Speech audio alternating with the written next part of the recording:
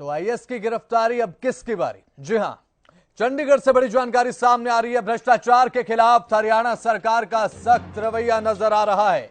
IAS Vijay Dahiya की गिरफ्तारी के बाद हरियाणा सरकार सख्ती के मूड में। एंटी करप्शन ब्यूरो के रडार पर कई अधिकारी हैं। अधिकारियों में 11 आईएएस, 2 आईपीएस समेत 40 अधिकारी शुमार हैं। तो वहीं मामले में कई अधिकारियों के खिलाफ केस दर्ज। ये बड़ी जानकारी दर्शकों तक पहुंचा रहे हैं। आईएएस की गिरफ्तारी के बाद अब किसकी बारी? क्योंकि रडार पर तो कई अधिकारी हैं। समय बताएगा कि अब कौन रडार पर आता है, क्योंकि रडार पर अब बताया जा रहा है कि 11 आईएएस, 2 आईपीएस समेत 40 अधिकारी। तो भाई चंडीगढ़ से बड़ी जानकारी लगातार दर्शकों तक पहुंचा रहे हैं। भ्रष्टाचार के खिलाफ हरियाणा सरकार का अब रवैया सख्त हो चुका है। तो हमारे साथ लगातार हमारे विशेष संवाददाता गुलशन ग्रोवर लाइव बने हुए हैं। गुलशन, देखिए, भ्रष्टाचार को लेकर अब हरियाणा सरकार ने सख्त रवैया अख्तियार कर लिया भ्रष्टाचार पर, भले ही कोई अधिकारी क्यों ना हो। गुलशन,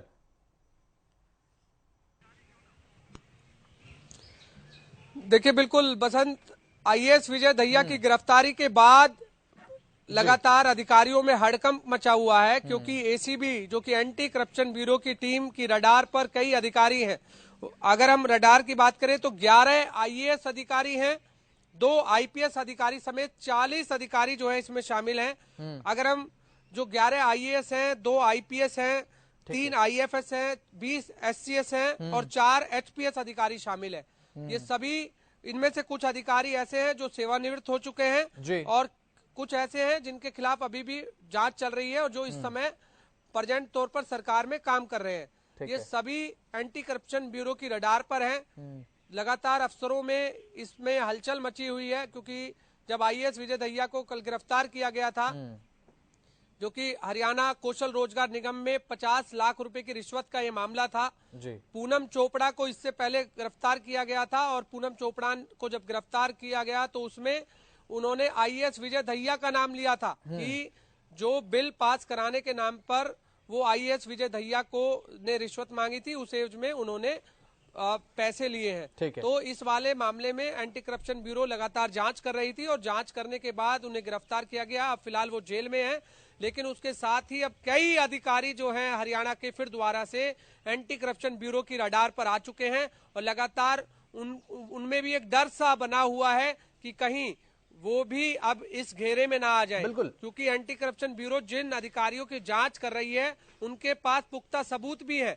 और उन्हीं पुख्ता सबूतों के आधार पर इनसे जांच की जा रही है, जिनमें 11 आईएएस अधिकारी हैं। यानी आप सोच सकते हो कि बसंत कि इस समय हरियाणा सरकार भ्रष्टाचार के खिलाफ किस तरह से लड़ाई लड़ रही है, और जिसमें चाहे बेशक बड़े अधिकारी हों उनको भी नहीं बख्शा जा रहा है।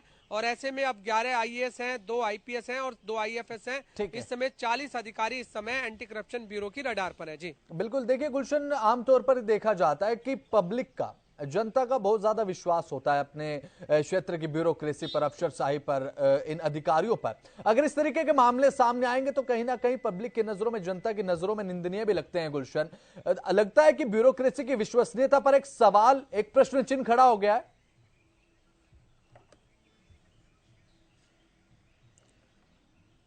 बिल्कुल बसंत, बहुत अच्छा आपने सवाल किया कि ब्यूरोक्रेसी पर इस समय सवाल जरूर खड़े होते हैं, क्योंकि जनता का जो विश्वास होता है वो ब्यूरोक्रेसी पर होता है, ना कि नेता पर होता है। बिल्कुल, क्योंकि जो आम जनता है वो नेता से ज्यादा ब्यूरोक्रेसी पर विश्वास करती है, क्योंकि खुद आम जनता ये कहती है कि जो नेता है वो तो आज आएंगे कल नहीं आएंगे, सरकार में वो चलता रहता है, लेकिन जो ब्यूरोक्रेसी है वो लगातार उसी ही सीट पर विराजमान रहती है, चाहे कोई भी सरकार आ जाए। लेकिन अब जब ब्यूरोक्रेसी पर ही इस तरह के सवाल खड़े हो रहे हैं, जिसमें आईएएस विजय दहिया जो कि गिरफ्तार हुए हैं, उसके बाद 40 अन्य अधिकारी रडार पर हैं, तो आप सोच सकते हैं कि भ्रष्टाचार के खिलाफ बीजेपी सरकार किस तरीके से काम कर रही है। और आईएएस हो, चाहे आईपीएस हो, चाहे आईएफएस हो, चाहे एचपीएस हो, सभी रडार पर है।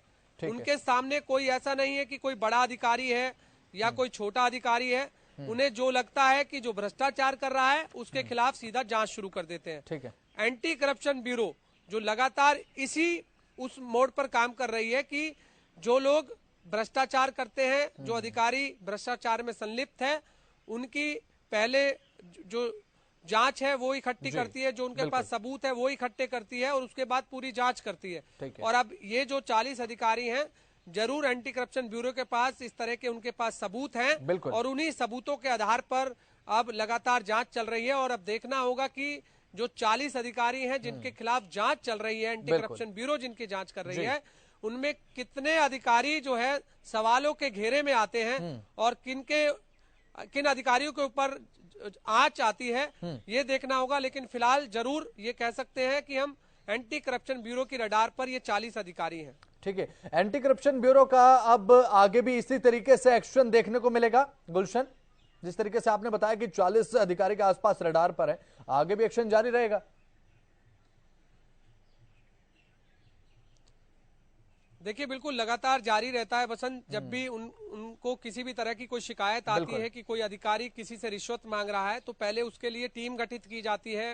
टीम गठित करके उसके रंगों हाथों पकड़ा भी जाता है। जैसा आपने पूनम चोपड़ा को देखा था, जब पूनम चोपड़ा ने रिश्वत मांगी थी हरियाणा कौशल रोजगार निगम में बिल पास करवाने के नाम पर, तो जिसने शिकायत दी थी उस शख्स ने एंटी करप्शन ब्यूरो से संपर्क किया था।